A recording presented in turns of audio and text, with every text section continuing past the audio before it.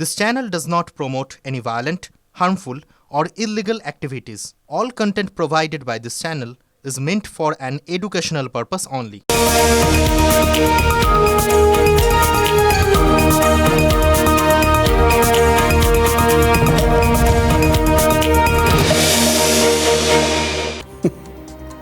দেখুন, বাস্তবধর্মী সিনেমা বলে একটা বিষয় আছে, আপনারা তো জানেন। মানে হচ্ছে ধরুন বাস্তবের কোনো ঘটনা বা কোনো একজনের জীবন এরকম বিষয়কে কেন্দ্র করে যদি সিনেমাটা হয়। কিন্তু আজকে কি মনে হচ্ছে জানেন তো? আজকে যেটা মনে হচ্ছে সেটা শুরুতে আপনাদের দেখালাম। মানে ওই সিনেমাধর্মী বাস্তব যদি কিছু হতো তাহলে সেটা আজকে আমরা দেখতে পাচ্ছি। এবার আপনারা তো শুনে বলতে পারেন যে এটা আবার কীরকম কথা হলো, সিনেমাধর্মী বাস্তব এরকম আবার হয় নাকি? এরকম শব্দ তো আগে কখনো শুনিনি, একটা নতুন একটা বিষয় দেখাচ্ছেন। তো দেখুন, কত কিছুই তো আপনারা আগে শোনেননি। শুভনন্দন বলে যে কোনো কথা আছে, এটা কি আগে আপনারা জানতেন বলুন তো? মানে আছে মানে কি ছিল বলতে পারেন অবশ্য। হ্যাঁ, সরকার পাল্টেছে তো হয়তো শব্দটাও বদলে গেছে। হ্যাঁ, অভিনন্দন ফিরে এসছে হয়তো, বা শুভেচ্ছা ফিরে এসছে, যাই হোক আর কি। কারণ মনের মধ্যে যদি শুভনন্দন থেকে থাকে তাহলে বলার কিছু নেই, কিন্তু ওটা অন্য জায়গায় থাক, ওটা অন্যরকম অনুপ্রেরণা, ওটাতে আমি হাত দিচ্ছি না। কিন্তু এই জিনিসটা যেটা আপনাদের বললাম, অর্থাৎ সিনেমাধর্মী বাস্তব, সেটাও তো ওই নতুনত্বের মোটামুটি পেটেন্ট যাদের নেওয়া আছে সেই তৃণমূলের থেকেই আমরা দেখতে পাচ্ছি। আপনারা বলতে পারেন যে সে কি এখনও তৃণমূল, মানে তৃণমূল ত্রিভঙ্গ মুরারি বলে আপনাদের মনে হচ্ছে যে এখন সবথেকে বড় কমন প্রশ্ন তৃণমূল কয় প্রকার ও কী কী। এই সমস্ত পরিস্থিতিতে হঠাৎ করে সিনেমা কোত্থেকে চলে এলো? দেখুন, এই সমস্ত প্রশ্ন উঠতে পারে, কিন্তু তা বলে তাদের সৃজনশীলতা বা উদ্ভাবনী শক্তি নিয়ে কোনো সন্দেহ করা কিন্তু উচিত নয়। মানছেন না তো? আপনাদের মনের মধ্যে অন্যরকম সব বক্তব্য আসছে তো, যে আরও এখনও বিশ্বাস করুন, আজকেই এই যে সৃজনশীলতার কথা বললাম বা ওই সিনেমাধর্মী বাস্তবের কথা বললাম, যেভাবেই দেখুন তার প্রমাণ তো আজ বিধানসভাতেই আমরা পেয়েছি। তৃণমূলের জন্যেই তো শোলের ওই দৃশ্যের অবতারণা হয়েছে বিধানসভায়, এবং ওই সিনেমাধর্মী বাস্তবের মতো শব্দ চালুর ভাবনাটা সেটাও তো আমাদের মাথায় চলে এসছে। একবার জাস্ট রিওয়াইন্ড করে ফিরে গিয়ে শোলের ওই দৃশ্যটা ভাবুন তো, আধে ইধার যাও আধে উধার যাও আর বাকি মেরে পিছাও। মানে ইংরেজ জমানার এই জেলার যেরকম একটা সময়ের পর বুঝেছিলেন সবাই বিভ্রান্তির শিকার, ডাইনে বায়ে করতে গিয়ে তার পেছনে আসলে কিছু নেই, যা আছে পুরোটা মায়া। আজকে আমরা বিধানসভাতেও তো তাই দেখেছি, বিভ্রান্তি, চরম বিভ্রান্তি। বিধানসভায় ঋতব্রত তৃণমূল আর কালীঘাট তৃণমূলকে দেখে মনে হলো বিভ্রান্তি কি কম পড়িয়াছে? বিভ্রান্তি তো তাদের মধ্যেও চরমে। কে কোন দিকে যাবেন, কে কোন দিকে গেছেন এবং কে কার পেছনে আছেন, কেউ তো কিছু বুঝে উঠতে পারছেন না। সবাই ইংরেজ জামানার জেলার হয়ে গেছেন আর কি। কেন বলছি? প্রথমত দেখুন, আজ বিধানসভায় অনেকগুলো গুরুত্বপূর্ণ বিল পাস হওয়ার কথা ছিল, এটা আপনারা জানেন আর কি। এবং এটাও জানেন যে মোটামুটি বিধানসভায় যা বিজেপির এই মুহূর্তে শক্তি এবং তাদের শক্তির সঙ্গে বিরোধীদের শক্তির যা ফারাক, তাতে আলাদা করে তাদের ভাবনা চিন্তা বিল পাস করানোর জন্য অন্তত থাকার কথা না। বিশেষ করে প্রধান বিরোধী তৃণমূলের তো মোটামুটি ছন্ন ছাড়া অবস্থা। ফলে যে বিলটাই সরকার পক্ষ আনুক না কেন পাস তো হয়েই যেত, এটা নিয়ে কোনো সংশয় নেই। কিন্তু বিষয়টা পাস হওয়া নিয়ে নয়, বিষয়টা হয়ে দাঁড়িয়েছে বিল পাস তো হচ্ছে, কিন্তু কত ভোটে পাস হচ্ছে, কে কোন দিকে ভোট দিচ্ছে, এইটুকুনি যা ছোট ছোট উৎসাহ, বাকি প্রশ্ন কৌতূহল এগুলো বাকি রয়েছে আর কি। কারণ ওই বললাম, কালীঘাট তৃণমূল আর ঋতব্রত তৃণমূলের মধ্যে আধে ইধার আর আধে উধার হয় কি না, তারপরে কে কার পেছনে থাকে সেটা জানার একটা আগ্রহ সেটা তো সবার মধ্যে রয়েছে। সে আগ্রহটা মিটেছে, এবং মিটেছে মানে আমরা পরিষ্কার বুঝতে পেরেছি বিভ্রান্তি এ নিয়ে চরমে রয়েছে। আর এটা নিয়ে আগ্রহ দেখিয়ে লাভ নেই, কারণ তাতে আমাদেরও বিভ্রান্ত হতে হবে। দেখুন, জোড়া ওবিসি সংশোধনী বিল পেশ হতেই বোঝা গেছে তৃণমূলের টিকিটে জিতে এসছেন যে বিধায়করা, তারা কতটা বিভ্রান্ত এই মুহূর্তে।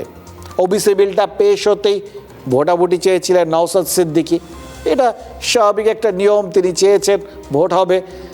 কিন্তু ঋতব্রত বন্দ্যোপাধ্যায় তার সঙ্গে থাকা বিধায়কদের সঙ্গে সঙ্গে ওয়াকআউট করতে বলেন, জানিয়ে দেন তারা ভোট বয়কট করছে।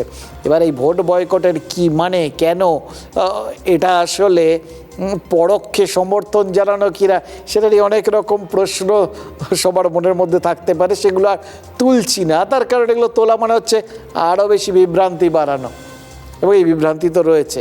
তো যাই হোক, কিন্তু যখন এই তারা ভোট বয়কট বা সেই অর্থে কোট আনকোট ওয়াকআউট করলেন, তখনই দেখা গেল ঋতব্রত শিবির ওই একইভাবে ইংরেজ জামানার জেলারের সঙ্গে থাকা সেপাইদের মতোই কনফিউজড, বিভ্রান্ত, আধে ইধার আধে উধার, কে কোন দিকে যাবেন সেটাই বুঝে উঠতে পারলেন না, এবং না বুঝে কিছু বাইরে গেলেন, কিছু থেকে গেলেন, কিন্তু কোন দিকে থাকলেন সেটা নিয়েও তো একটা চরম বিভ্রান্তি দেখা দিল। অনুগ্রহ করে আপনারা আপনাদের সিটে বসুন, দরজাটা বন্ধ করে দিন। স্লিপ যাওয়ার পরে আপনারা সিট নাম্বার লিখবেন, লিখে জমা দেবেন। স্লিপ যাবে আপনাদের কাছে।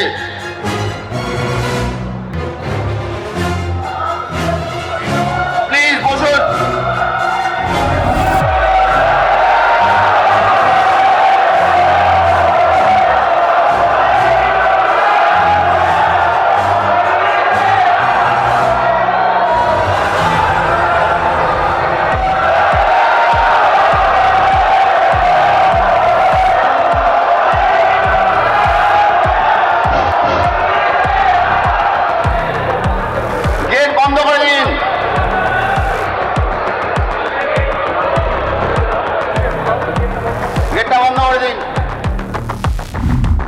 আপনাদের অনেকক্ষণ ধরে বেল বেজেছিল, তখন আপনারা সিদ্ধান্ত নেননি। আপনারা এখন নিজের সিটে বসুন।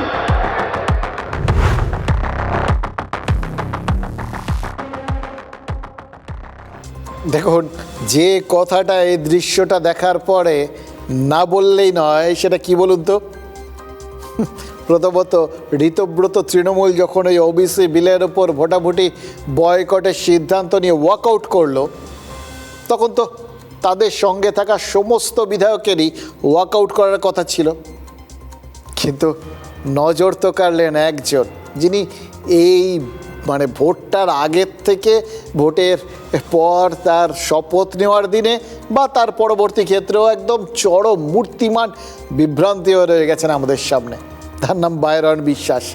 কোন পথে যে চলি আর কোন কথা যে বলির মতো, তিনি মনে হচ্ছিল কী করবেন বুঝতে না পেয়ে একবার এদিকে একবার ওদিকে গিয়ে পদে পদে হোঁচট খাচ্ছেন।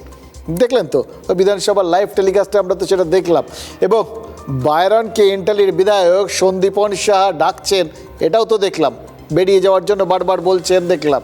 কিন্তু বায়রন তিনি আসন থেকে উঠে দাঁড়ালেন, গেলেন, কিন্তু আবার ফিরে এলেন।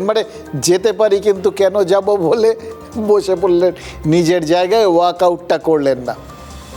এবার ঘটনা হচ্ছে, এবারে প্রতি মুহূর্তে কিন্তু এই বিধানসভাটাকে স্বকীয়তায় পুরো উজ্জ্বল করে রেখে দিয়েছেন বায়রন বিশ্বাস, এটা আপনাদের মানতেই হবে। এই বিধানসভা অনেক বিধায়ককে দেখেছে, কারো বাগ্মী, কেউ দৃঢ়, বিভিন্ন রকম আর কি, কিন্তু বায়রন বিশ্বাস তার স্বকীয়তা একদম স্বতন্ত্র। বাংলার রাজনীতিতে তিনি একদম অলমোস্ট আলাদা একটা ঘরানা তৈরি করে ফেলেছেন। এমন একটা ঘরানা আপনাদের মনে আছে, দেখুন ওই যখন তিনি যাবো করেও না গিয়ে বসে পড়লেন, তখন ওই ওয়াকআউট পর্বটা দেখতে দেখতে পরিষদীয় মন্ত্রী বিজেপির শঙ্কর ঘোষ, তার মুখে কীরকম একটা হাসি খেলে যাচ্ছিল। হাসি কেউই বোধহয় চাপতে পারেননি, কিন্তু সেটা পরের কথা। বা সেটা ওয়াকআউট নামক বস্তুটাকে দেখে নাকি ওয়াকআউট করার ক্ষেত্রে সবার বিভ্রান্তি দেখে, সেটা আমরা জানি না। কিন্তু একটা বিষয় তো আমরা পরিষ্কার, যে বায়রন বিশ্বাস যিনি চরম একটা বিভ্রান্তি দেখিয়েছিলেন ওই ভোটের সময়, কারণ তিনি সবার আগে বলেছিলেন, আপনাদের মনে আছে রাত দুপুরে যেখানে ওই ভোটিং মেশিন রাখা ছিল সেইখানে গিয়ে হল্লা করেছিলেন, কারণ তার মনে হচ্ছিল ভোটিং মেশিনে গণ্ডগোল করে তাকে হারিয়ে দেওয়া হচ্ছে এবং তিনি হেরে যাচ্ছেন, সবার আগে নিজে ঘোষণা করেছিলেন। এবং তারপর যথারীতি দেখা গেল বাকি তৃণমূলের নেতারা যারা জয়ের ব্যাপারে প্রবল কনফিডেন্ট ছিলেন, প্রবল আত্মবিশ্বাসী ছিলেন, যারা এই সমস্ত কথা তখন বলেননি, তারা যথারীতি হেরে গেলেন এবং জিতলেন কে? বায়রন বিশ্বাস। এবং জিতে গাড়ির ছাদে উঠে সে কি নাচ সে ছেড়ে দিন। ফলে বায়রন বিশ্বাস কিন্তু একটা এমন ক্যারেক্টার, এমন একজন চরিত্র, যিনি নিজে বিভ্রান্ত থাকেন নাকি বিভ্রান্তি তৈরি করেন, এটা নিয়ে কিন্তু আপনারা বিভ্রান্তিতে পড়ে যেতে পারেন আর কি। তো যাই হোক, বায়রন বিশ্বাসকে ছেড়ে দিন। এক্ষেত্রে কিন্তু আরও দুজন তো বিভ্রান্তি তৈরি করলেন, ঋতব্রত শিবিরের আরও দুই বিধায়ক কাজল শেখ আর মোশাররফ হোসেন। এরাও তো বিরোধী দল নেতার নির্দেশ মেনে ওয়াকআউট করেননি। ঋতব্রত বন্দ্যোপাধ্যায়ের আর কয়েকজন বেরিয়ে যাওয়ার পরে বায়রন, কাজল এবং মোশাররফ তারা কিন্তু ওই বিধানসভা কক্ষেই থেকে গেছিলেন। এবার আপনারা ভাবতে পারেন এই তিন ঋতপন্থী তৃণমূল বিধায়ক কেন ওয়াকআউট করলেন না? আমরাও খুঁজতে নেমেছিলাম, ছেড়ে তো দিই না, এটা আমাদের প্রশ্ন যখন জেগেছে সেই প্রশ্নে নিরসন হওয়ার দরকার ছিল। এবং দেখলাম তারা শুধু ছিলেন না, কালীঘাটপন্থী তৃণমূলের সমস্ত বিধায়ক সেই সময় অধিবেশন কক্ষে ছিলেন, তারা কিন্তু ওয়াকআউট করেনি। মানে শোভনদেব চট্টোপাধ্যায়, কুণাল ঘোষেরা যে ঋতব্রতদের মতো ওয়াকআউট করেনি, বরং উল্টো পথে হেঁটে তারা ওবিসি বিলের ওপর ভোটাভুটিতে অংশ নিয়েছিলেন। তাহলে আপনাদের মনে হতে পারে তাদেরই অংশ হয়ে থেকে গেলেন কি এই তিনজন? এবং সব থেকে ইন্টারেস্টিং বিষয় হলো, বিধানসভায় যারা খবর টবর করতে যান সেই রিপোর্টাররা জানিয়েছেন, ঋতব্রত যখন তার সঙ্গী বিধায়কদের ওয়াকআউট করতে বলেন তখন কাজল শেখ আর কুণাল ঘোষের মধ্যে কিছু কথাও হয় এবং তারপরেই দেখা যায় আর কি যে তারা এক জায়গায় বসে যান ওয়াকআউট না করে। ফলে আপনাদের মাথার মধ্যে এই প্রশ্নটা আসছে যে তাহলে তারা কার কথা শুনছেন, ঋতপন্থী নাকি কুণাল ঘোষের? এবার ভোটের মধ্যে জন্য মানে যখন থেকে গেলেন তারা বিধানসভায়, স্বাভাবিকভাবেই ধরে নিতে হবে তারা ভোট দেওয়ার জন্য থেকে গেছিলেন, অথচ তারা কিন্তু ভোটটাও দিলেন না। এই কাজল শেখ, বায়রন বিশ্বাস, মোশাররফ হোসেন এরা কি যেতে যেতে আবার ফিরে এসে আবার সেই ফিরে আসার কারণটা যদি কালীঘাটপন্থী হয়, তাহলে সেই কালীঘাট পন্থাতেও শেষ পর্যন্ত ভরসা রাখতে না পেরে তারা কি বিভ্রান্তির চরমে পৌঁছে গেলেন? কোনো ওয়াকআউট যেটা হচ্ছে আর কি একটা সিস্টেমেটিক হবে। আমাদের ঋতব্রত ক্যাপ্টেন আছে, ওনার অনুগামী আমরা ওনার আন্ডারে আছি, সকল বিধায়ক ওনার সঙ্গেই আছি আমরা। এবার আমাদের যেটা কোশ্চেন হচ্ছে যে আমরা যেটা অ্যারাইজ করলাম যে আমরা সব কিছু সবাই মিলে বসে যেটা ডিসিশন হবে ওটা আমরা ফাইনালাইজ করব। ওইভাবে আমরা ঋতব্রতকে ক্যাপ্টেন মেনে যেটা উনি ডিসিশন নেবে ওই হিসাবে আমরা স্টেপ নেব। মুখ্যমন্ত্রীর সঙ্গে আমার ওই ব্যাপারে আলোচনা হচ্ছিল, ওগুলো মিডিয়ার সামনে বলা যাবে না, ওটা আপনাদেরকে আমরা বলে দেবো কোনো সময়। আমরা এখন ঋতব্রতার সঙ্গে আছি। পুলিশ তোমাদের বা তোমাদের লোকেদের বিরক্ত করবে না, গ্রেপ্তার করবে না, এই টোপ দিয়ে ওদিকে নিয়ে যাওয়া হচ্ছে। কে কাকে ফোনে ধরিয়ে দিচ্ছে, কে কার সঙ্গে কথা বলছে সে খবর তো আমরাও পাচ্ছি। তাতে কনফিউজড হয়ে কিছু লোক কিছুদিনের জন্য নিজেরা বাঁচার জন্য বা সহকর্মীদের বাঁচাবার জন্য পুলিশ থেকে তাদের সঙ্গে কিছুক্ষণ থাকছেন, মন থেকে তারা এগুলো সহ্য করতে পারছেন না। কুণাল ঘোষ তিনি ভবিষ্যতে এরা যাতে ফিরে আসতে পারেন সেই রাস্তাটা খোলা রাখছেন, অর্থাৎ তাদের হয়ে যদি পরবর্তী ক্ষেত্রে তাদের বলতে হয় যে তাদের কেন তারা স্বাগত জানালেন ফিরে এলে, তার যাতে কোনো রকম অসুবিধা না হয়, দলীয় কর্মীদের মধ্যে যাতে ক্ষোভ বিক্ষোভ তৈরি না হয়, একদম দুধে রাজনীতিকের মতো ভবিষ্যৎ মেপে দরজাটা হালকা করে খুলে রাখলেন, এটা তো আমরা বুঝলাম। কিন্তু বায়রন বিশ্বাস তিনি কী বললেন সেটা কি আপনারা বুঝলেন? এটাই হচ্ছে মজা। তিনি ঋতব্রতকে ক্যাপ্টেন বললেন তিনি যা সিদ্ধান্ত নেবেন সেটাই আমরা মানব। হ্যাঁ, কিন্তু তিনি যে সিদ্ধান্ত নিয়েছেন সেটা আবার তারা সবাই মিলে নেননি, সেই জন্য তারা থেকে গেলেন। কিছু বুঝলেন? এইটাকেই বলা হচ্ছে বিভ্রান্তি।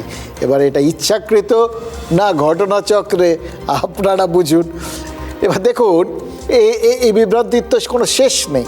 বিজেপির সরকার এই যে তারা ক্ষমতায় এসে এই যে শুরুতেই ওবিসি বিলের ওপর সংশোধনী প্রস্তাব আনলো এবং হই হই করে যে সংশোধনী পাশও করিয়ে নিল, এর পেছনেও কিন্তু লুকিয়ে রয়েছে একটা বিভ্রান্তি। বিভ্রান্তিটা কি জানেন? এই যে মানে তৃণমূল তারা এই ওবিসি বিলটাকে ওবিসি সংরক্ষণ বিলটাকে এমন জায়গায় নিয়ে গেছিল যেটার ওপর হাইকোর্ট স্থগিতাদেশ পর্যন্ত দিয়ে দেয়।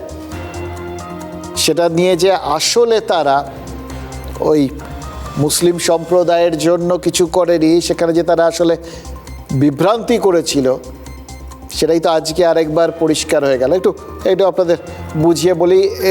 এমনিতেই এই ধরনের বিল টিলগুলো একটু জটিল হয় বোঝার পক্ষে, একটু সহজ করে বললে আপনাদের সুবিধা হবে। দেখুন, বাম আমলে 2010 সালে তারা একটা এরকম ওবিসি বিল নিয়ে আসে। ক্ষমতা এসে তার সংশোধনী করবে বা সেটাকে বদলে ফেলবে, এটা ঠিক করে ফেলে তৃণমূল। তারা কিন্তু আলাদা করে যেরকমভাবে একটা আগেকার আইন সেটা সংসদে আনতে গেলে সেটার পরিমার্জন দরকার, সেটাকে বাতিল করে নতুন বিলটা আনা দরকার, সেই বিলটাকে আইনানুগভাবে পাস করানো দরকার, সেসব কিচ্ছু করেনি।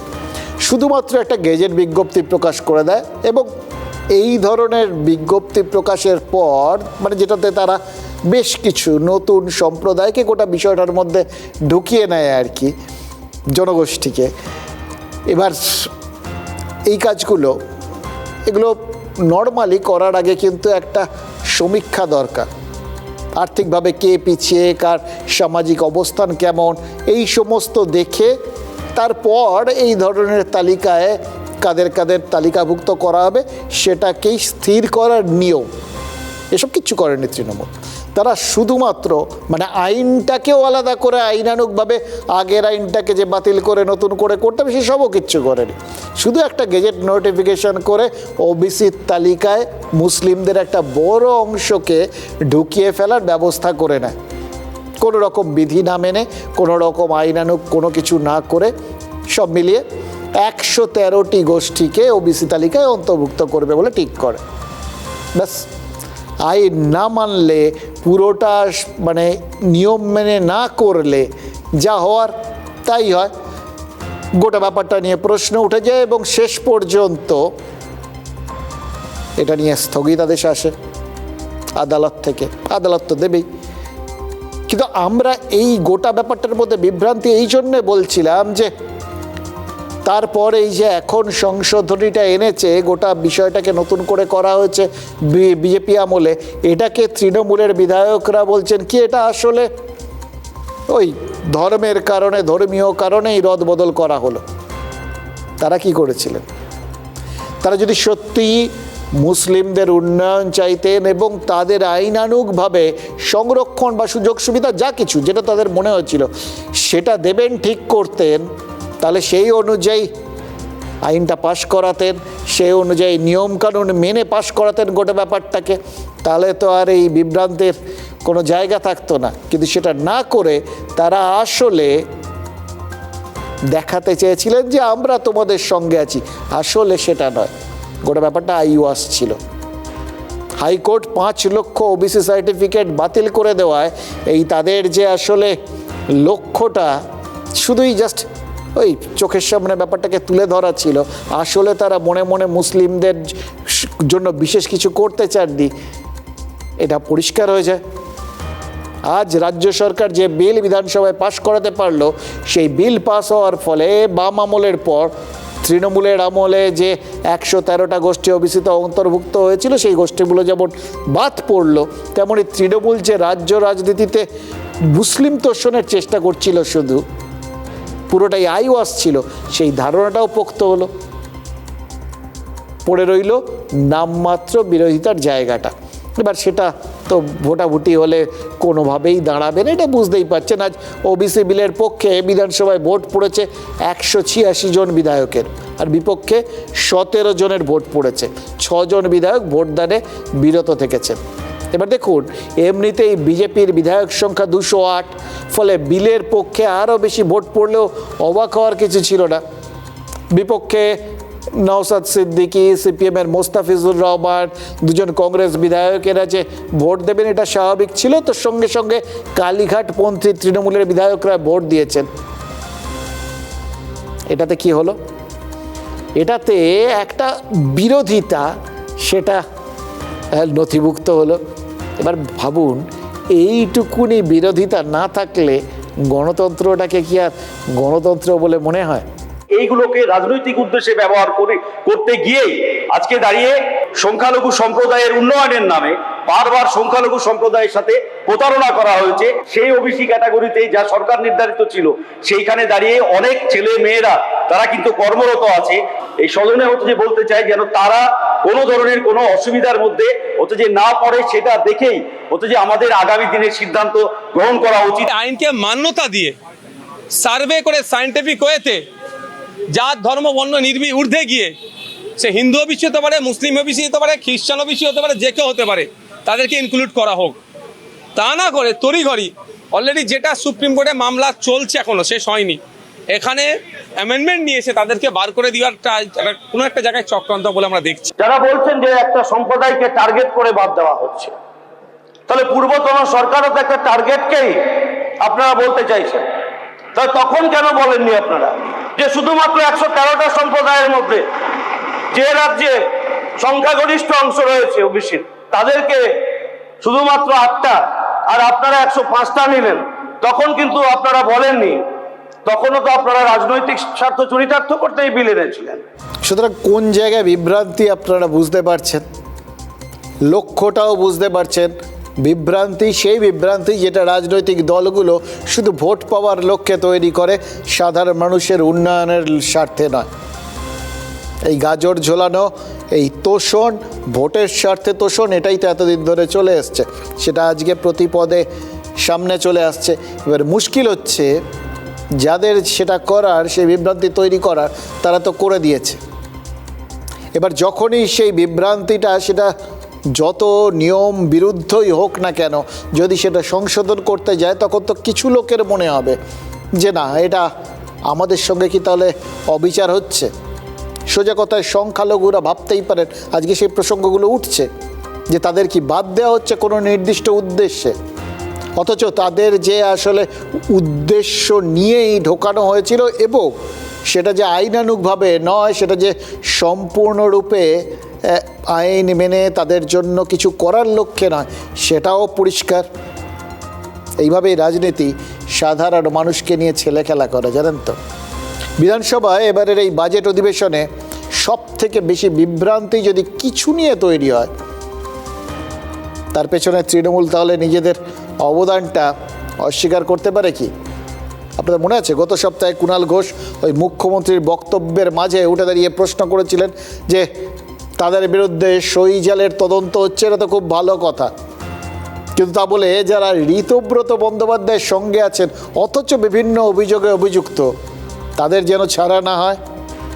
মানে ঋতব্রতপন্থী হওয়া মানেই ওই বন্ধুত্ববাদী বিরোধী, এবং সেই জন্যে তাদের 7 খুন মাপ, এটা এইরকম একটা ধারণা, এটা কিন্তু বিধানসভার হাওয়ায় কুণাল ঘোষরাই ছড়িয়ে দেওয়ার চেষ্টা করেছিলেন, যাতে এটা নিয়ে জনমানসে একটা বিভ্রান্তি তৈরি হয়। এবার কিছু কিছু ঘটনা ঘটছিল যেগুলো দেখে সবার মনে হতেই পারতো যে যা রটে তার সত্যি কি কিছুটা ঘটে, কিন্তু এক্ষেত্রে সবটা যে ঘটছে না, এটা তো পরিষ্কার হয়ে গেছে বিধানসভাতেই। এটা নিয়ে যে একটা বিভ্রান্তি তৈরি হচ্ছে, এটা সম্ভবত সরকারও বুঝতে পেরেছিল। হয়তো সেটা কাটাতেই আজ ঋতব্রত শিবিরের অন্যতম গুরুত্বপূর্ণ নেতা ফিরহাদ হাকিমের ঘনিষ্ঠ শামস ইকবালকে গ্রেফতার করা হয়েছিল। মানে এটা ঘটনাচক্রে হয়ে গেছে, কিন্তু বার্তাটা তো সেরকমই যাচ্ছে। বার্তা দেওয়া শুরু অবশ্য তার আগেই হয়েছিল, ওই তারাতলায় বাড়িটা ভেঙে পড়ার পর যেদিন মুখ্যমন্ত্রী শুভেন্দু অধিকারী বিধানসভায় বসে তিনি সেই প্ল্যান পাস করার কাগজ দেখিয়ে দাবি করেছিলেন ফিরহাদ হাকিমের সই রয়েছে এই প্ল্যান পাসের মধ্যে, অর্থাৎ বিধানসভায় প্রকাশ্যে তিনি কাঠগড়ায় তুলে দিয়েছিলেন ফিরহাদ হাকিমকে। তখনই মনে হচ্ছিল এই যে চারপাশে যে বিষয়টা আস্তে আস্তে ছড়িয়ে দেওয়ার চেষ্টা হচ্ছিল তৃণমূলের তরফ থেকে, যে যারাই ওই ঋতব্রতপন্থী হয়ে যাবেন বা যারাই এনসিপিআই হয়ে যাবেন, অর্থাৎ সংসদে বা বিধানসভায় যারাই কালীঘাট পন্থীর থেকে কালীঘাট বিরোধী হয়ে যাবেন আর কি, তাদেরই একটা রক্ষা কবচ দেওয়া হবে। সেটাই কি একটু একটু করে ভাঙার চেষ্টা করছে সরকার? শামস ইকবালকে গ্রেফতার করার পর সেটা তো আরও বেশি করে সবার আলোচনায় চলে এসেছিল। শামস ইকবাল কলকাতা পুরসভার 134 নম্বর ওয়ার্ডের তৃণমূল কাউন্সিলর। এবার এটা এটা এটা খুব একটা বড় পরিচয় না, এটা হিমশৈলের চূড়া মাত্র আর কি। এর বাইরে আরও অনেক কিছু বলার আছে, কারণ শামস ইকবালের মতো ধনী রঙিন চরিত্রের কাউন্সিলর কলকাতায় দুজন নেই। তার যোগাযোগ শুধু ওই তার ছোট্ট এলাকা না, সেটা ছাড়িয়ে অনেক দূর, মুম্বাই হয়ে দুবাই পর্যন্ত বিস্তৃত। বলিউডের বহু হিরো হিরোইন তারা সবাই তাকে নামে চেনেন। দামি দামি গাড়িতে ভর্তি তার গ্যারেজ। পুরসভার অধিবেশন একবার 2.5 কোটি টাকার গাড়ি নিয়ে গিয়ে আলোচনার শিকার পর্যন্ত হয়েছিলেন তিনি, কারণ এত এত দামি গাড়ি কাউন্সিলররা কেউ আসতে পারে এটাই কেউ ভাবতে পারেননি আর কি। মানে উল্টো করে বললে যার এইরকম পরিমাণ আয়, মানে যিনি এই লেভেলের ধনী, তার যে পুরসভার কাউন্সিলর হওয়ার দরকার পড়ে এটাই কেউ বুঝে উঠতে পারেননি। এবার ডিম আগে না মুরগি আগের মতো কোনটা আগে, এটা নিয়েও লোকের মধ্যে কিন্তু বিস্তর প্রশ্ন ছিল। তো যাক, মুদ্রা কথা হচ্ছে বর্ণময় চরিত্র, তিনি এটা পরিষ্কার বোঝাচ্ছিল শামস ইকবাল। তার আয়ের উৎস জানতে বিভিন্ন সময় বিভিন্ন মানুষ আগ্রহী হয়েছেন, কিন্তু কোনো স্পষ্ট ধারণা এখন অবধি পাওয়া যায়নি। এহেন শামস ইকবালের বিরুদ্ধে তোলাবাজির অভিযোগ করেছিলেন এক ব্যবসায়ী, আজকে নয়, সে 2023 সালে। সেই 3 বছরের পুরনো মামলাতেই আজ শামসকে গ্রেফতার করা হয়। অথচ তার আগে কিন্তু মাঝখানে অনেকগুলো ধাপ কেটে গেছে। শামস তিনিও ঋতব্রতদের সঙ্গে যোগাযোগ করেছিলেন, ঋতব্রতপন্থী হয়েছিলেন, এমনকি যোগ দিবসে যোগঠোগও করেছিলেন আর কি। প্রচেষ্টার কোনো খামতি ছিল না, কিন্তু গ্রেফতার হতে হলো। যদিও ওই বললাম, বর্ণময়েরা সবসময় ব্যতিক্রমী হন এবং তাদের কেন্দ্র করেই বিভিন্ন রকম বিভ্রান্তিটা আরও বেশি বাড়ে। কারণ তিনি গ্রেফতার তো হলেন, কিন্তু বেশিক্ষণ আটকে রাখা যায়নি, কারণ যিনি অভিযোগ করেছিলেন সেই অভিযোগকারী নিজেই আদালতে অভিযোগ প্রত্যাহার করে নিয়েছেন। ফলে ফিরহাদ ঘনিষ্ঠ শামস তিনি জামিন পেয়ে গেছেন। এবার দেখুন, কথা হলো যে তৃণমূল আমলে শামসের বিরুদ্ধে কোনো ব্যবস্থা না হলেও যে অভিযোগটা 3 বছর ধরে টিকেছিল, সেই অভিযোগটা বিজেপির আমলে শামস গ্রেপ্তার হওয়ার কিছুক্ষণের মধ্যেই ভ্যানিশ হয়ে গেল। মানে তুলে নেওয়া হলো কি করে, যৌক্তিকতা হারালো কি করে, মানে কোনো চাপ তৈরি হলো কি, অথবা কোনো বোঝাপড়া, মানে যাই হোক, যেগুলো নিয়ে লোকে আলোচনা করছে, আমরা প্রশ্ন করছি। যদি এরকম কিছু হয়ে থাকে তাহলে আরেকটা বিভ্রান্তি, এবং তাহলে তো এই প্রশ্নটা উঠবে যে সব দুর্নীতির বিচার হবে কথা রাজ্যের বর্তমান সরকার ঘোষণা করে দেওয়ার পরেও শামস ইকবালের বিরুদ্ধে তোলাবাজির অভিযোগ আনা ব্যবসায়ী কি কোনো কারণে বিভ্রান্ত হলেন? পথিক, তুমি কি পথ হারাইয়াছো? যদি হারাইয়া থাকো তাহলে কেন? তার মনে কি কোনো কারণে মনে হয়েছে যে ভয় আউট হয়ে যথেষ্ট পরিমাণে ভরসাহীন হয়নি? মানে এগুলো জাস্ট প্রশ্ন, এগুলো মানুষের মুখে মুখে ঘুরে বেড়াচ্ছে, সোশ্যাল মিডিয়ায়, সমাজ মিডিয়ায় ঘুরে বেড়াচ্ছে, আমরা আপনাদের সামনে তুলে ধরছি। আর এটা বুঝতে পারছি শামস ইকবাল তিনি কিন্তু যথেষ্ট পাওয়ারফুল, কালারফুল এবং শক্তিশালী। একজন কমপ্লেনেন্ট করেছিলেন, ওই কমপ্লেনেন্টের সঙ্গে এই যিনি আজকে যে অ্যাকিউজড, এদের একটা সম্পর্ক রয়েছে, বিজনেস ট্রানজাকশান দীর্ঘদিনের রয়েছে। সেই ট্রানজাকশানের কিছু ভুল বোঝাবুঝির জন্য উনি একটা মামলা করেছিলেন।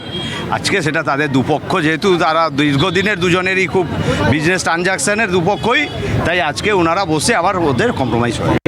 যারা হচ্ছে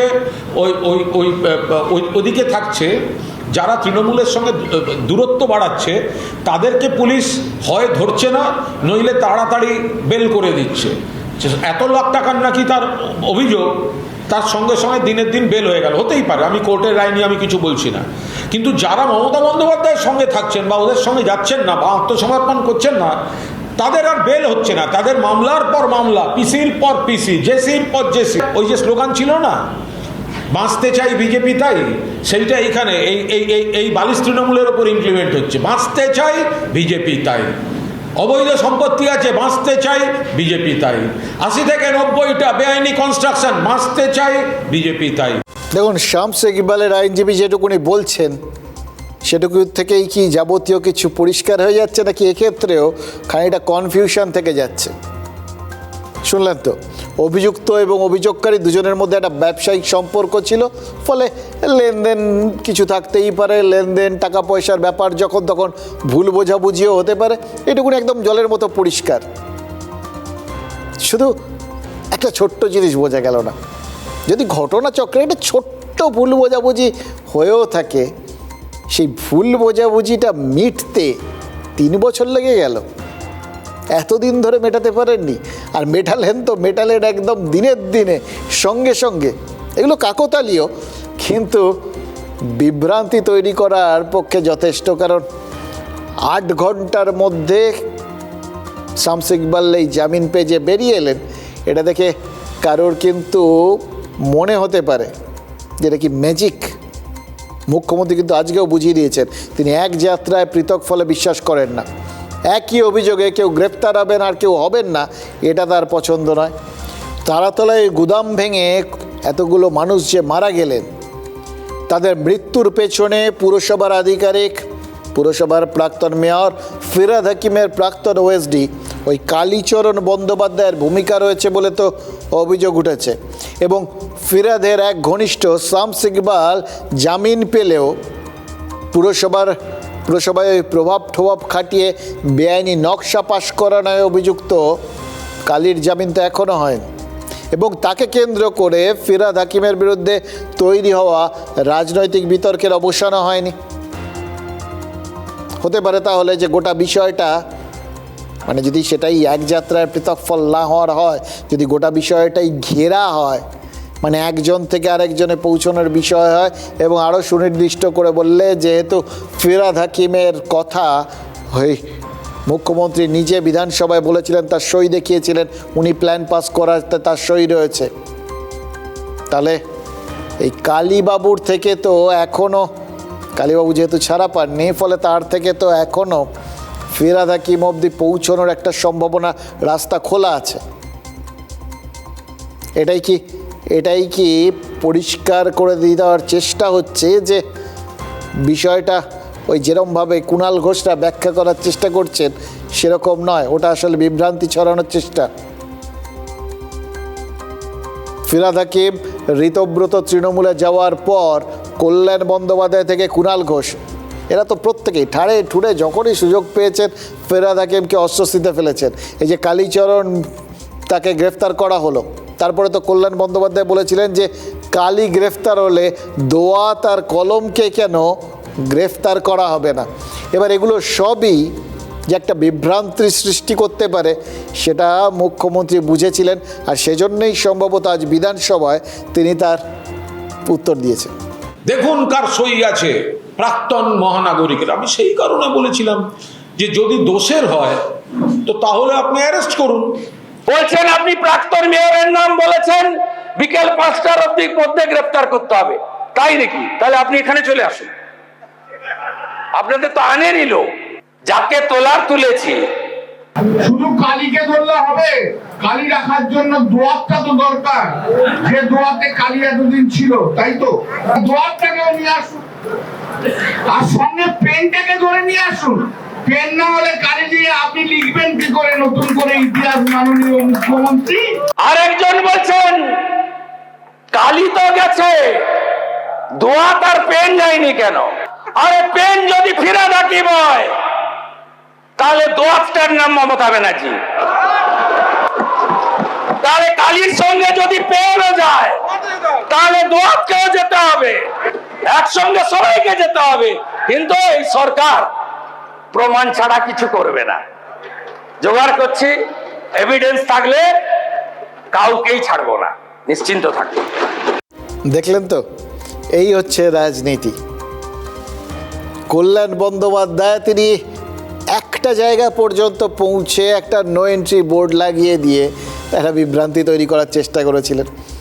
এবার মুখ্যমন্ত্রী সেই নো এন্ট্রি বোর্ডটাকে খুলে নিয়ে গিয়ে সোজা রাস্তাটাকে টেনে দিলেন কালীঘাট অবধি, এবং সেই সঙ্গে সুশাসনের বার্তাটা দিয়ে দিলেন যে যতক্ষণ প্রমাণ না পাওয়া যাচ্ছে তারা ইচ্ছাকৃতভাবে প্রতিহিংসা পরায়ণ হয়ে কিছু বলবেন না। কিন্তু যে জায়গাটা খোলা রেখে দিলেন, যদি প্রমাণ পাওয়া যায়, আইনানুগভাবে যদি দেখা যায় যে এরপরে এ তারপরে ও, অর্থাৎ ওনার বক্তব্য অনুযায়ী প্রথমে ফিরহাদ হাকিম, তারপরে মমতা বন্দ্যোপাধ্যায়, তাহলে আইন সেই অবধি পৌঁছবে।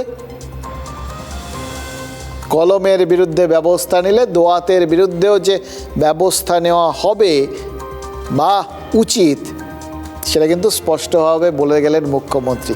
এবার এরপর কুণাল ঘোষ বা কল্যাণ বন্দ্যোপাধ্যায় ফিরহাদ হাকিমের বিরুদ্ধে কতটা ব্যবস্থা গ্রহণের দাবি তুলবেন তা নিয়ে কিন্তু সংশয় আছে, কারণ পেন অবধি পৌঁছলে তারা তো দোয়াতের কথা উল্লেখ করে দিয়েছেন। এবার সেই দোয়াতের যে এরকম সংজ্ঞা হয়ে যাবে, তারপরে তারা সেই একই দাবি তুললে তারা নিজেরাই যে আবার কালীঘাট বিরোধিতার ক্ষেত্রে পড়ে যাবেন, এটা তো তারা বুঝে ফেলেছেন। সোজা কথা হচ্ছে, কড়া বার্তা পেলে অতি বড় নেতাও যে খোলসের ভেতরে ঢুকে যান, সেটা কিন্তু আমরা দেখেছি এবং দেখছি। এক্ষেত্রে শুধু নয়, বাকিটা যা দেখানোর হুমায়ুন কবির দেখিয়েছেন আজ, ওই নওদার বিধায়ক হুমায়ুন কবির। গরম ভাষণে তো তিনি ভোটের আগের থেকে 4-5টা সরগরম করে রেখেছেন, এবং এমন তিনি বক্তব্য রেখেছিলেন যে বক্তব্যগুলোকে কেন্দ্র করে সাম্প্রদায়িক সম্প্রীতি নষ্ট হতে পারে বলে অভিযোগ উঠেছিল। তৃণমূল তাকে বহিষ্কার করেছিল, কিন্তু তার বিরুদ্ধে ওই পর্যন্তই, মমতা বন্দ্যোপাধ্যায় আর এগোননি। সেই তিনিই কয়েকদিন আগে বলেছিলেন মুসলিমদের নিয়ে তিনি যদি একজোট হয়ে রাস্তায় নামেন তাহলে নাকি বিজেপির পতাকা ধরার লোক থাকবে না। বিজেপির রাজ্য নেতৃত্ব হুমায়ুনের বক্তব্যকে মাছি তাড়ানোর ভঙ্গিতে অগ্রাহ্য করেছিলেন, কিন্তু তারপর তিনি যখন সরাসরি মুখ্যমন্ত্রীকে আক্রমণ করেছিলেন বলে শোনা যাচ্ছে, বা বিজেপির বিরুদ্ধে হিংসাত্মক কিছু বক্তব্য রেখেছেন বলে অভিযোগ ওঠে, মুখ্যমন্ত্রী কিন্তু ব্যাপারটাকে সহজভাবে নেননি। শুভেন্দু অধিকারী স্পষ্টভাবে বলে দিয়েছেন, যেহেতু সামনে রেজিনগরের উপনির্বাচন, তাই উস্কানি দিচ্ছেন হুমায়ুন কবির। নওদা রেজিনগর দুটো বিধানসভার থেকেই তো হুমায়ুন জিতেছিলেন, এবার ফলে তাকে একটা ছাড়তে হতো, রেজিনগর ছেড়েছেন।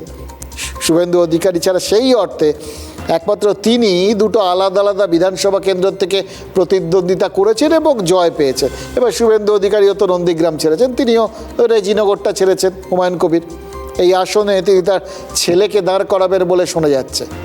মুখ্যমন্ত্রী স্বয়ং বিধানসভায় বলেছেন যে ছেলেকে জেতাতেই বিজেপি কর্মীদের হুমকি দিয়েছেন হুমায়ুন কবির, এবং সেই সঙ্গে তার হুঁশিয়ারি এই শেষ, এরপর এই ধরনের কথা শুনলে তার সরকার প্রশাসনকে সবক শেখানোর নির্দেশ দেবে। এবং এক্ষেত্রে হুমায়ুন কবির যা বলেছেন তার জন্য তাকে ক্ষমা চাইতে হবে। ঘটনা হচ্ছে, এই বার্তার পরেই হুমায়ুন কবির বলেছেন যে তার বিরুদ্ধে প্রশাসন উচিত মনে করলে ব্যবস্থা নিতেই পারে। কার কাছে ক্ষমা চাইতে হবে সেটাও পরিষ্কার করে দিলে তিনি ক্ষমা চাইতেই পারেন, কিন্তু তা বলে তিনি বিজেপির সর্বস্তরের কর্মীকে হুমকি দিয়েছেন, এরকম ভাবাটা ঠিক হবে না। এবং সত্যি কথা বলতে কি, মুখ্যমন্ত্রীকেও তিনি নাকি কিছু বলেননি। তাহলে কাদের করেছেন? হুমায়ুন কবির দাবি করেছেন যারা ৪ঠা মের আগে তৃণমূল ছিলেন আর 4 মের পর বিজেপির পতাকা নিয়ে তার এলাকায় ঘুরছেন, অর্থাৎ দলবদলু রাতারাতি যারা তৎকালে বিজেপি হয়েছেন তাদের উদ্দেশ্য করে, সেই জন্য, এবং যারা তার ওই আম জনতা উন্নয়ন পার্টির কর্মী সমর্থকদের হুমকি টুমকি দিচ্ছেন তাদের উদ্দেশ্য করে তিনি এই সমস্ত কথা বলেছেন। এবার দেখুন, হুমায়ুন কবির যা বলেছেন সে তো সবাই শুনেছেন, ফলে তিনি তার ব্যাখ্যা তিনি তার মতো করে করছেন, সেটা নিয়ে কে কতটা মাথা ঘামাবেন বা আমল দেবেন সেটা তো তাদের বিষয়। আমরা শুধু একটা জিনিস ভাবছি, জিনিসটা খুব পরিষ্কার হয়ে গেল, ভোটের স্বার্থে এই রাজনৈতিক নেতারা তারা যে কোনো ধরনের অবস্থান নিতে পারেন এবং এমন এমন সব বক্তব্য রাখতে পারেন যে তাকে কেন্দ্র করে যদি কিছু সাধারণ মানুষ তারা সমস্যায় পড়েন তাতে তাদের কিচ্ছু এসে যায় না। যদি এই ধরনের বক্তব্যের ফলে সাম্প্রদায়িক সম্প্রীতি নষ্ট হয়, কোথাও গিয়ে যদি মানুষে মানুষের সংঘাত বাঁধে, তাতে ক্ষতি যা হবার সে তো সাধারণ মানুষের হবে, তাতে তাদের কিচ্ছু এসে যায় না। প্রশ্ন হচ্ছে যে হুমায়ুন কবির সম্পর্কে বিজেপি দুরকম অবস্থান নিচ্ছে কেন? সাংগঠনিকভাবে হুমায়ুনকে মাছির সঙ্গে তুলনা করা হলো, প্রশাসনিক স্তর থেকে কেন কড়া বার্তা দেওয়া হলো? তাহলে কি সংখ্যালঘু ভোটারদের কাছে হুমায়ুনকে প্রাসঙ্গিক করে রাখার একটা চেষ্টা রয়েছে? যেটুকুনি আছে সেই সংখ্যালঘু ভোটটাও যাতে ভবিষ্যতে তৃণমূলে না থাকে এবং হুমায়ুনের দিকে চলে আসে বা এরকম বিভিন্ন টুকরো টুকরো জায়গায় চলে যায় তৃণমূল থেকে, সোজা কথায় সংখ্যালঘু ভোটটা যাতে কোনো একটা বিশেষ জায়গায় একত্রিত না হতে পারে, সেই জন্যেই কি খানিকটা হলেও প্রাসঙ্গিক থাকছেন হুমায়ুন কবির? এটা কিন্তু একটা বড় প্রশ্ন। এর মধ্যে কেউ যদি বিভ্রান্তি পান তাহলে সেই বিভ্রান্তি কাটানোর দায়ও রাজনৈতিক নেতাদের, আমাদের কিন্তু নেই। তৃণমূল, বাম কংগ্রেস, আইএসএফ, আম জনতা উন্নয়ন পার্টি এরা সবাই মিলে যদি মুসলিম ভোট ভাগাভাগি করে নেন তাহলে তো বিজেপির নিশ্চিতভাবেই আরও সুবিধা, আরও লাভ। তাহলে সেইটাই কি তারা চাইবে? সেটাই তারা চাইবেন, এটাই স্বাভাবিক, এর মধ্যে কোনো বিভ্রান্তি নেই আর কি। কিন্তু হুমায়ুনের বিরুদ্ধে আইনি পদক্ষেপ নিলে সংখ্যালঘুদের কাছে তার গুরুত্ব বাড়বে, এটা ঠিক, কিন্তু আবার এক্ষুনি নিলে গুরুত্বটা এতটা বেড়ে যাবে যে তার প্রতি একটা সহানুভূতির হাওয়াও হয়তো বয়ে যেতে পারে। এই সমস্ত পাল্লা বিচার করেই কি নরম গরম স্টান্স নেওয়া হচ্ছে? এনাফি জানাব, সময় এসেছে এই ধরনের লোককে সবক শেখানোর। আমি আমার রাজনৈতিক কর্মসূচিতে আমাকে যেভাবে আক্রমণ করা হয়েছে তার পাল্টা আমি বিজেপি পার্টির লোকাল নেতৃত্বদের প্রতি বলে, এত বড় ক্ষমতা আপনাকে কেউ দেয়নি। ওয়ান এজেন্ডা, ভরতপুর, রেজিনগর, নওগাঁয় সব নির্বাচিত পঞ্চায়েত যে দলেরই হোক ভেঙে আপনার পার্টিতে নিয়ে যাওয়া। আর দ্বিতীয় হচ্ছে আগামী 2-3 মাসের মধ্যে উপনির্বাচন হবে, আপনি আপনার ছেলেকে জেতাতে চাইছেন। বিজেপির পারমিশন নিয়ে কথা বলছে, বিজেপির বিরোধিতা করার নামে একটা নাটক করে মুসলমান ভোট সংগ্রহ করতে হবে, এই তো গল্প। এক সপ্তাহ পরে মুর্শিদাবাদে যাচ্ছি, আমি প্রমাণ করে দেব ভারতবর্ষের সংবিধান, আইন শেষ কথা বলে, কোন বাপের আবাদ শেষ কথা বলে না। যারা তৃণমূলের হয়ে ভোট লুট করব বলেছিল 2 মাস 3 মাস আগে থেকে হুমকি দিয়েছিল, আমি তাদের উদ্দেশ্যে সাটা ভাঙার কথা বলেছিলাম। দেখুন, হুমায়ুন কবিরকে যেভাবে শুভেন্দু অধিকারী হুঁশিয়ারি দিলেন তাতে অনেকেরই কিন্তু যোগী আদিত্যনাথের কথা মনে পড়ে যাচ্ছিল। উত্তরপ্রদেশের বিধানসভায় দাঁড়িয়ে তিনি মাফিয়ারাজকে মাটিতে মিশিয়ে দেওয়ার হুঙ্কার দিয়েছিলেন। এবার যোগীর কাজের পদ্ধতি নিয়ে অনেকের আপত্তি থাকতে পারে, কিন্তু পরিণতি নিয়ে তো কারোর কোনো সংশয় নেই। উত্তরপ্রদেশে সত্যিই তো মাফিয়ারাজ মাটিতে মিশে গেছে। বাংলায় কী হবে? কি হবে সেটা তো বিল কার্যকর হওয়ার পর বোঝা যাবে। তার কারণ আরও একটা বিল তো এই সংক্রান্ত এটা তো গুন্ডা দমন বিল বলতে পারেন আর কি, সেটা তো কার্যকর হয়েছে, পাশ হয়েছে। আপাতত শুভেন্দু অধিকারী হুঁশিয়ারির পাশাপাশি কিন্তু হুমায়ুন কবিরকে একটা ধন্যবাদও দিতে পারে। ভাবলেন তো আবার একটা বিভ্রান্তি, এটা কীরকম হচ্ছে, হুঁশিয়ারি দিচ্ছেন এই অবধি ঠিক আছে, বা ধন্যবাদ কেন? কারণ ওই আইনটায় গুন্ডার যে সংজ্ঞা দেওয়া রয়েছে, হুমায়ুন কবির অবিকল সেই ভূমিকায় অভিনয় করে দেখিয়ে দিয়েছেন, একদম মিলে গেছেন, একদম বলেন একদম খাপে খাপ মিলে যাও, একদম সেরকম। সমাজ বিরোধী কার্যকলাপ নিয়ন্ত্রণ বিলে কি বলা হয়েছে জানেন? যে ব্যক্তি নিজে অথবা কোনো দল, কোনো গ্যাং বা কোনো সিন্ডিকেটের সদস্য বা নেতা হিসেবে নিয়মিতভাবে সমাজবিরোধী কার্যকলাপ করেন বা করার চেষ্টা করেন বা উস্কানি দেন, প্রচার করেন, অর্থ যোগান দেন বা অপরাধমূলক কাজে সহায়তা করেন, তাদের গুন্ডা বলা হবে। এই উস্কানির অভিযোগটাই তো হুমায়ুন কবিরের ওপর উঠেছে এবং ইতিমধ্যেই হুমায়ুন কবিরের বিরুদ্ধে এফআইআর দায়ের হয়েছে। বিএনএসের 9টা ধারায় তার বিরুদ্ধে অভিযোগ দায়ের করা হয়েছে। মানে যে কথাটা শুভেন্দু অধিকারী তাকে হুঁশিয়ারি দিয়ে বলেছিলেন যে তিনি আগের দুর্বল মুখ্যমন্ত্রী যাদের পেয়েছিলেন তাদের পেয়েছিলেন, কিন্তু তিনি দুর্বল নন। অর্থাৎ একই সঙ্গে বিলটার যথার্থতা সেটা যেরকম হুমায়ুন কবির প্রমাণ করে দিচ্ছেন, এটা বলার সুযোগ হয়তো শুভেন্দু অধিকারী পেয়ে যাচ্ছেন, ঠিকই একই সঙ্গে ওই হুমায়ুন কবিরের সৌজন্যেই তো আরেকবার মমতা বন্দ্যোপাধ্যায়কে দুর্বল মুখ্যমন্ত্রী বলার একটা সুযোগ পেয়ে গেলেন এবং এইটা ব্যাখ্যা করার সুযোগ পেয়ে গেলেন যে মমতা বন্দ্যোপাধ্যায়ের এই দুর্বলতাটা আসলে তোষণের রাজনীতির জন্যে ছিল। তার সেই দুর্বলতার জন্যেই এখানে সংখ্যালঘুদের তোষণ করার প্রসঙ্গটা এত বেশি করে চারপাশে শোনা গেছে। এটাই তো তাদের নির্বাচনে জিতে আসা অন্যতম চাবিকাঠি ছিল। সেই চাবিকাঠিটাই আরেকবার সবার সামনে তুলে ধরতে পারলেন তিনি। এরপরেও তিনি হুমায়ুন কবিরকে ধন্যবাদ দেবেন না বলুন তো? আজ বিধানসভায় শুভেন্দু অধিকারী যতবার বলেছেন ওই হুমায়ুন কবিরের প্রসঙ্গে বলেছেন, কিন্তু যতবার বিভিন্ন কারণে বলতে উঠেছেন, কিন্তু টেনে এনেছেন ওই জন্য হুমায়ুন কবিরকে। তৃণমূল থেকে বহিষ্কারের পর থেকে হুমায়ুনকে নিয়ে একটা সংশয় রয়েছে, এটাও তো একটা বড় বিষয়, আরেক বিভ্রান্তি যে হুমায়ুন আসলে কার, কেউ কি জানেন সেটা?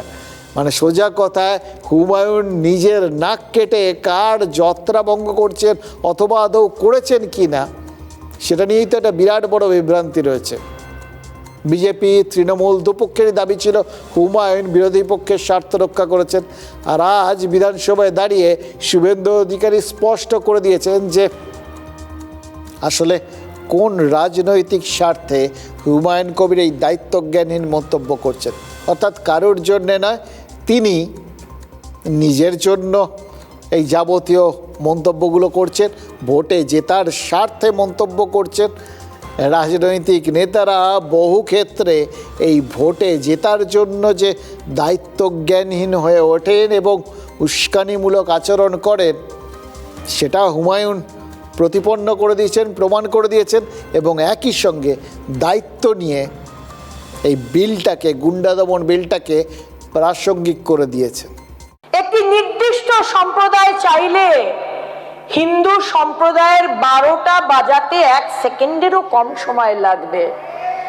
এই ধরনের মানুষ যারা এই উস্কানিমূলক মন্তব্য করবে। গুন্ডা দমন বিল নিয়ে আমার এখানে কোনো রিয়াকশন বা কোনো বক্তব্য নেই। আমাদের কলিগ হুমায়ুন কবির মহাশয়ের মতো তাদের আগেনস্টেও কিন্তু এই বিল আনা হবে, কারণ স্যার অপরাধ তো শুধু হাত দিয়ে হয় না, অনেক সময় মস্তিষ্ক দিয়েও হয়। গুন্ডা যারা করে, গুন্ডাগিরি যারা করে, যারা আইন ভাঙে, যারা আইনকে তোয়াক্কা করে না বা সম্মান করে না, যারা সংবিধান মানে না, তাদের বিরুদ্ধে যত কড়া আইন আসবে, আমি বিরোধী একজন তুচ্ছ সদস্য হিসাবে সরকারের সেই সমস্ত সিদ্ধান্তকে আমি বিরোধিতার নামে বিরোধিতা করব না। বাড়তে বাড়তে বাড়তে এই যে 9বার এমএলএ যে ভাষায় কথা বলে, আপনাদের পাপের ফল। বলছে 4700 জেল, তাই নাকি?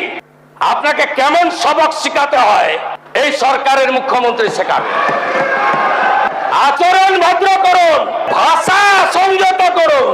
সুশাসন রাখতে, সুশাসন বাংলায় চালু রাখতে মুখ্যমন্ত্রী যে পদক্ষেপ নেবে আমি সেই পদক্ষেপকে সমর্থন করব। ও মমতা ব্যানার্জিকে ডিল করেছে, আমাকে ডিল করেনি। আমাকে ডিল করতে হবে ওকে। এমন রাফুল অ্যাকশন নেব, বুঝতে পারবে আইনের শাসন কাকে বলে। বুঝুন কাণ্ড। সুশাসন বজায় রাখতে মুখ্যমন্ত্রীর পদক্ষেপকে স্বাগত জানাচ্ছেন হুমায়ুন কবির, আর মুখ্যমন্ত্রী বলছেন সুশাসন বজায় রাখতে হুমায়ুনের বিরুদ্ধেই আইনি পদক্ষেপ হবে। মানে হুমায়ুন কি নিজের বিরুদ্ধে পদক্ষেপকেই স্বাগত জানাচ্ছেন নাকি? তাহলে তো প্রমাণ হয়ে যাবে তিনি অন্যায় করেছেন। এবার এটাও তো একটা নতুন বিভ্রান্তি। বেলেঘাটার ওই কালীঘাটপন্থী বিধায়ক কুণাল ঘোষ, তার দাবি অবশ্য আলাদা। তিনি যা বলছেন তার মানে হলো গুন্ডা দমন বিলটাই নাকি গুন্ডামি। সংবিধানের একাধিক অনুচ্ছেদে যে নাগরিক অধিকার সুরক্ষিত রয়েছে এই বিল নাকি তার পরিপন্থী। এবার কুণাল ঘোষ তো এই গুন্ডা দমন বিলকে ব্রিটিশের রাওলাট আইনের সঙ্গে তুলনা করে দিয়েছেন। আপনারা জানেন তো সেই রাওলাট আইন, কুখ্যাত রাওলাট আইন, যার প্রতিবাদ করতে অমৃতসরে সভা হয়েছিল, আর যেখানে ওই জালিয়ানওয়ালা বাগে যেখানে জেনারেল ডায়ার গুলি চালানোর নির্দেশ দিয়েছিলেন, সেই নৃশংস হত্যাকাণ্ড ঘটেছিল। সেই আইনের সঙ্গে পশ্চিমবঙ্গ সরকারের গুন্ডা দমন বিলের তুলনা করা, আপনারা ভাবতেই পারেন এটা কি একটু বাড়াবাড়ি হয়ে যাচ্ছে না? মানে এটা গোটা বিষয়টার মধ্যে একটা নতুন করে বিভ্রান্তি, এই ধরনের ঐতিহাসিক বিভ্রান্তি আনার সত্যি কি খুব প্রয়োজন আছে? দেখুন, রাওলাট আইনে 2 বছর পর্যন্ত বিনা বিচারে আটকে রাখার স্বাধীনতা ছিল। এই গুন্ডা দমন বিলে 1 বছর পর্যন্ত আটকে রাখার সুযোগ রয়েছে। এটা ঘটনা, এটা বাস্তব। ফলে কুণাল ঘোষ অনায়াসে 2 4 করে নিয়েছেন। কিন্তু জেনারেল ডায়ার গুলি চালিয়েছিলেন সত্যাগ্রহীদের ওপর। রাজ্য সরকার বিলটা আনছে কাদের জন্য? রাজ্য সরকার তো বিলটা আনছে ওই ওয়াক অফ আর সিএএ বিরোধিতার নামে যে আগ্রাসী তাণ্ডব রাজ্যে হয়েছে সেটার কথা মাথায় রেখে। দেখুন, একই জিনিসের বহু ব্যবহার হতে পারে। ধরুন এটা ছুরি, এই ছুরি যখন অপরাধীর হাতে থাকে তখন সে খুন করে। ছুরি যখন হেঁসেলে গৃহিণীদের হাতে থাকে তখন সেটা দিয়ে সবজি কাটা হয় বা ফল কাটা হয়। সেই ছুরি যখন ডাক্তারের হাতে থাকে তখন তারা সেটা দিয়ে অপারেশন করে প্রাণ বাঁচান। একই ছুরি কখনো প্রাণ বাঁচায়, কখনো প্রাণ নেয়। এবার ডাক্তারের হাতে ছুরি দেখলেই তাতে ডাক্তারকে কি খুনি বলে দাগিয়ে দেওয়া যায়? বলুন তো। অপরাধীর হাতে ছুরি খুন করে বলেই কি ডাক্তারকে খুনি বলা যায়? অবশ্য কুণাল ঘোষ রাওলাট আইনের সাথে যে তুলনাটা করতে চেয়েছেন এই গুন্ডা দমন আইনে, সেটা বিধানসভায় নথিভুক্ত করতে পারেননি, কারণ বক্তার তালিকায় তার নামটাই ছিল না। কালীঘাটপন্থী তৃণমূলের শোভনদেব চট্টোপাধ্যায়কে বলতে বলেছিলেন স্পিকার। শোভনদেব চট্টোপাধ্যায় বলেছিলেন যে তিনি বলবেন না, কুণাল ঘোষ বলবেন, কিন্তু স্পিকার জানিয়ে দেন বিরোধী দলের পক্ষে তার নামটাই জমা দেওয়া হয়েছে। এবার বোঝাই যাচ্ছে যে বিধানসভার অন্দরে সম্পত্তির ভাগাভাগিটা রীতিমতো একটা বিভ্রান্তিকর জায়গায় রয়ে গেছে। এদিকে ভাগাভাগি হয়েছে, আবার অথচ দেখা যাচ্ছে হেঁসেল এক, কাকে খাবার দেওয়া হবে কাকে দেওয়া হবে না বোঝা যাচ্ছে না। ঋতব্রত তৃণমূলী কালীঘাট তৃণমূলের বক্তা স্থির করে দিচ্ছে, এবং সেই ডামাডোলে রাওলাট আইনের মতো মোক্ষম পয়েন্টটা কুণাল ঘোষ তুলতেই পারলেন না।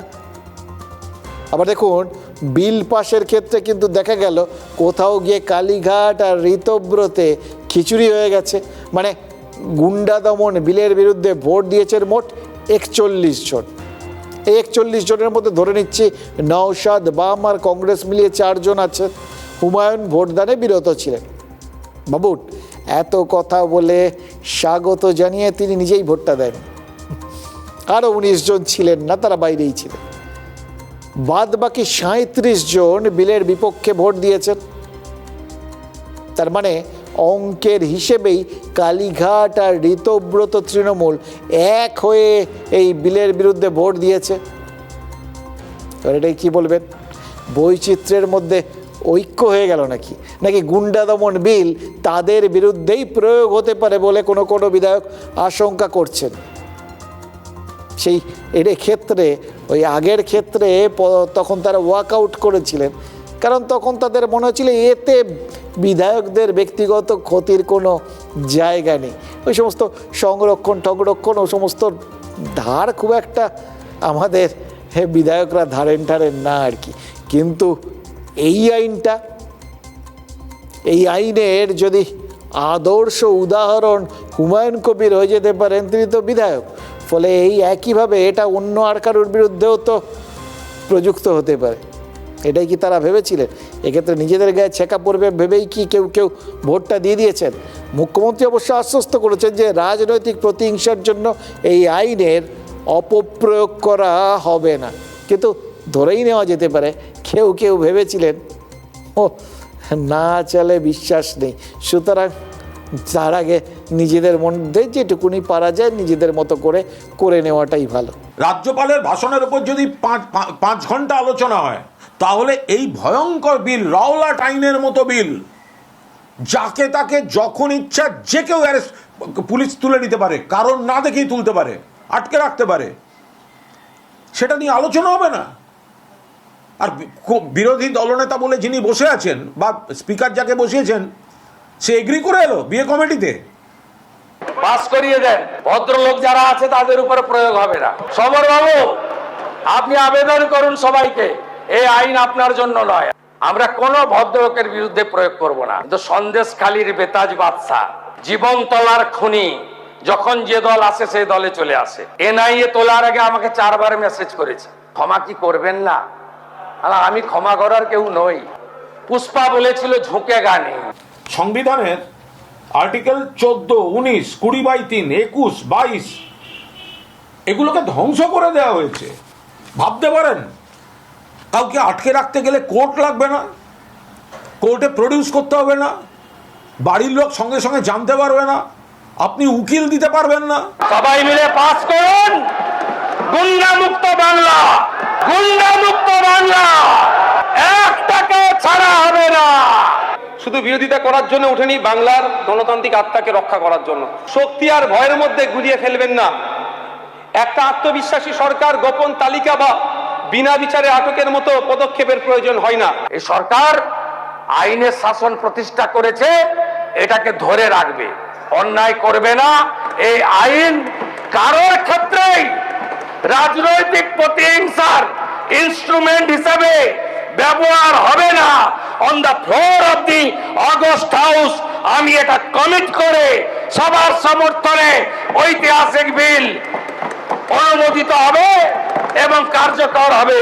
গুন্ডা দমন বিল রাজনৈতিক প্রতিহিংসার অস্ত্র হবে না বললেন মুখ্যমন্ত্রী, কিন্তু কোনো রাজনীতিক যদি হিংসায় উস্কানি দেন তাহলে তার বিরুদ্ধে কি এই বিলটা প্রয়োগ হবে না? আর যদি প্রয়োগ হয় তখন কি বিরোধী পক্ষ থেকে এই রাজনৈতিক প্রতিহিংসার অভিযোগটা উঠবে না? শুভেন্দু অধিকারী আজ হুমায়ুন কবিরের বিরুদ্ধে উস্কানির অভিযোগ তুলেছেন। গুন্ডা দমন বিলের পক্ষে বক্তব্য রাখতে গিয়ে তিনি নাম না করে প্রাক্তন মন্ত্রী সিদ্দিকুল্লাহ চৌধুরীর প্রসঙ্গ তুলেছেন। সিদ্দিকুল্লাই ওই সিএ বিরোধী প্রতিবাদের নামে হিংসায় উস্কানি দিয়েছিলেন বলে বিধানসভায় বক্তব্য রেকর্ড করিয়েছেন মুখ্যমন্ত্রী। এবার প্রশ্ন হচ্ছে, তথ্য প্রমাণ হাতে নিয়ে আইন মোতাবেক যদি সিদ্দিকুল্লার বিরুদ্ধে আইনি পদক্ষেপ হয় তাহলে তা কি রাজনৈতিক প্রতিহিংসা হবে? দেখুন, প্রত্যেকটাই বলে না, কয়েনের এপিঠ ওপিঠ দুপিঠই থাকে, মুদ্রার দুটো পিঠই থাকে। একদিকে যদি প্রতিহিংসার অভিযোগটা থাকে, অন্যদিকে হিংসার অভিযোগটাও অস্বীকার করা যায় কি? কেন বলছি? এই বিলটা পেশের সময় আজ বিধানসভার গ্যালারিতে কে ছিলেন জানেন? ওই ওয়াক অফ বিরোধী সাম্প্রদায়িক হিংসায় খুন হওয়া হরগোবিন্দ দাসের স্ত্রী।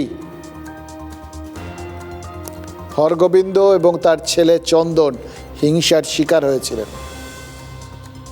তার পাশে গ্যালারিতে আর কারা ছিলেন?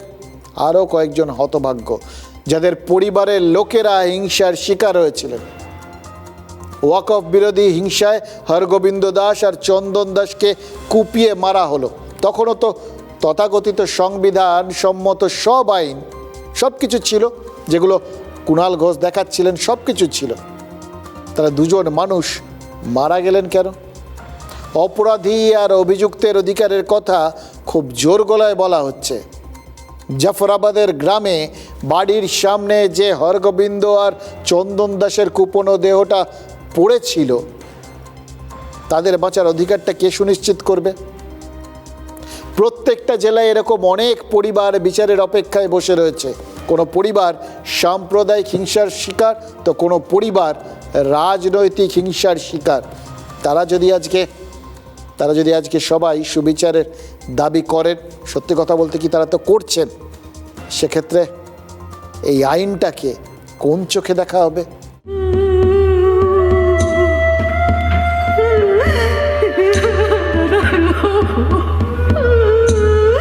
আজ থেকে ঠিক 8 বছর আগে 2018 সালের 4 এপ্রিল বাঁকুড়ার রানীবাঁধ ব্লকের এই পুঞ্ছা গ্রাম থেকে বিজেপি কর্মী অজিত মুর্মু তিনি পঞ্চায়েতের মনোনয়ন জমা দিতে গিয়েছিলেন পার্শ্ববর্তী রানীবাঁধ ব্লকে। 2018 পঞ্চায়েত ভোট, বিজেপির হয়ে ভোটে দাঁড়াতে মনোনয়ন জমা দিয়েছিলেন রানীবাঁধের আদিবাসী নেতা অজিত মুর্মু। বিরোধী দলের হয়ে মনোনয়ন, তৃণমূল জমানায় এটা শুধু কোনো দোষ নয়, বিরোধী হওয়াটাই ছিল মস্ত বড় অপরাধ। নমিনেশন ফাইনাল জমার সময় স্যার টিএমসি গুন্ডারা তার রাতে মারা যায়। ও নাই বলে আমার তো কষ্ট হচ্ছে। লাঠি তলোয়ার সব দিয়ে মেরে যায়। আমার খবর পেয়েছি সন্ধ্যার সময়। সে সময় কারা মেরেছিল? বলছে যে মমতারের গুন্ডাগুলো টিএমসি লোক। কেন? ও যে কি ফর্ম জমা করতে গেছিল, তাই জন্য ওরাকে মেরে ফেলেছে। শুধুমাত্র বিজেপির হয়ে ভোটে দাঁড়াতে চাওয়ার অপরাধ, আর সেই অপরাধেই পিটিয়ে কুপিয়ে খুন। তৃণমূল জামানায় গ্রামাঞ্চলে এটাই ছিল অলিখিত সাইনবোর্ড, আর সেই সাইনবোর্ডকে সযত্নে দেখভাল করত প্রশাসনই। বলছে এখনো বিচার না পাওয়া অজিত মুর্মুর পরিবার, বলছে এখনো একজনও শাস্তি পায়নি। রানীবাঁধ থানা আইসি চলে আসে আমাদের বাড়িতে। আইসি খবর দেন, তারপরে আমাদেরকে তুলে নিয়ে যান। ডায়েরি করেছিলাম, না ধরা পড়েননি। কী করে জানবো? দেখুন, ধরা পড়েননি। আমরা শুনেছি ধরা পড়েননি, এখনও আমাদের চোখের সামনে ঘোরাফেরা করছে ওরা। না, বিচার আমরা পাননি ওই সব হিসাবে। আমাদের হাতে থেকে আমার দাদাকে কেড়ে নিল, তাহলে ওইরকমই ওরা যেমন শাস্তি পায়। কেন অভিযোগ থাকা সত্ত্বেও পুলিশ কাউকে শাস্তি দিতে পারেনি? প্রশ্নের উত্তরগুলো সবাই জেনে গেছে এতদিনে। প্রান্তিক এলাকাগুলোয় তৃণমূলের ভয়ঙ্কর তালিবানি অত্যাচারের পর্দা ফাঁস হয়েছে, কিন্তু বিচার? বিধানসভায় গুন্ডা দমন বিল পাশ হলো। বিল পাশের সময় বিধানসভায় হাজির ছিলেন বেশ কয়েকজন নিপীড়িত পরিবার। অজিত মুর্মুর বোন আর দাদারা হয়তো বিধানসভায় পৌঁছতে পারেননি, কিন্তু বাঁকুড়ার আদিবাসী গ্রামটা, ওদের মনে আশা জেগেছে। এবার খুনিদের শাস্তি পাওয়ার পালা।